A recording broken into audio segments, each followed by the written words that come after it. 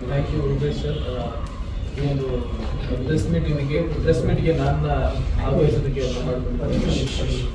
ಕನ್ನಡದ ಬಗ್ಗೆ ಮಾತಾಡೋದಕ್ಕೆ ಬಹಳ ಹೆಮ್ಮೆ ಆಗುತ್ತೆ. ಪ್ರತಿ ನಿಮಿಷದಲ್ಲೂ ಪ್ರತಿ ಸಮಯದಲ್ಲೂ ಕನ್ನಡ ಬರೀ ನವೆಂಬರಲ್ಲಿ ಮಾತ್ರ ಅಲ್ಲ, ಅಂದರೆ ಎಷ್ಟೊಂದು ಜನ ನವೆಂಬರ್ ಸಮಯದಲ್ಲಿ ಮಾತ್ರ ಕನ್ನಡದ ಬಗ್ಗೆ ಹೆಚ್ಚು ಮಾತಾಡೋದು, ಕನ್ನಡದ ಬಗ್ಗೆ ಪೋಸ್ಟ್ಗಳು ಹಾಕೋದು, ಅಲ್ಲಿ ಮಾತಾಡೋದು.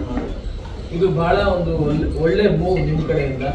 ಅವಾಗ ಮಾತ್ರ ಅಲ್ಲ, ನಾವು ಪ್ರತಿ ನಿಮಿಷದಲ್ಲೂ ಪ್ರತಿ ನಡೆನಲ್ಲೂ ನಾವು ಕನ್ನಡದ ಬಗ್ಗೆ ನಾವು ಗೌರವಿಸ್ತೀವಿ ಅನ್ನೋದನ್ನ ನಾವು ನೀವು ತೋರಿಸ್ಕೊಡ್ತಾ ಇದ್ದೀರಾ.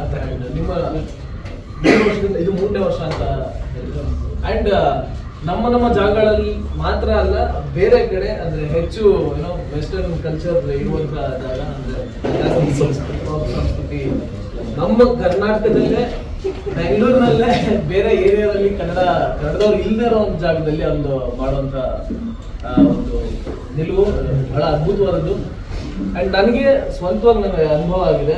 ಡಿನ್ನರ್ಗೆ ಅಂತ ಬೇರೆ ಕಡೆಯಲ್ಲೆಲ್ಲ ಹೋದಾಗ ಕನ್ನಡ ಸಾಂಗ್ ಹಾಕಿ ಅಂತ ಕೇಳಿದ್ರೆ ಅಂದ್ರೆ ಪರಿಪರಿಯಾಗಿ ಕೇಳ್ಕೊಳ್ಳುವಂತ ಪರಿಸ್ಥಿತಿ ಬರ್ಬೇಕು. ಕೇಳಿದ್ರು ಹಾಕದೇ ಇರೋದು ಅಂದ್ರೆ ಅಲ್ಲಿರೋ ಇವ್ರು ಯಾರು ಕನ್ನಡದವರೇ ಅಲ್ಲ ಅನ್ನೋ ರೀತಿ ಅನುಭವಗಳಾಗಿದೆ. ಸೊ ಬಟ್ ಈ ಒಂದು ಬರೀ ವೆಸ್ಟರ್ನ್ ಮಾತ್ರ ಅಲ್ಲ, ನೀವು ಒಂದೇನು ಪ್ರೋಗ್ರಾಮ್ ಏನು ಹೇಳಿದ್ರಿ, ಹಾಡು ಆಡೋದು, ಅದ್ರ ಜೊತೆಗೆ ರ್ಯಾಪ್ ಆಬ್ವಿಯಸ್ಲಿ ನಾವು ವೆಸ್ಟರ್ನ್ ಕಲ್ಚರ್ನ ನಾವು ಅಡಾಪ್ಟ್ ಮಾಡಿಕೊಂಡು ಕನ್ನಡ ಸಾಂಗ್ಸ್ ಹಾಡಿರೋದು, ಆಮೇಲೆ ಜಾನಪದ ಕಲೆ, ಇವೆಲ್ಲವನ್ನು ನೀವು ಹೈಲೈಟ್ ಮಾಡಿ ಈ ಒಂದು ಪ್ರೋಗ್ರಾಮ್ ಮಾಡ್ತಿರೋದು ಬಹಳ ಖುಷಿ ಆಗ್ತಿದೆ.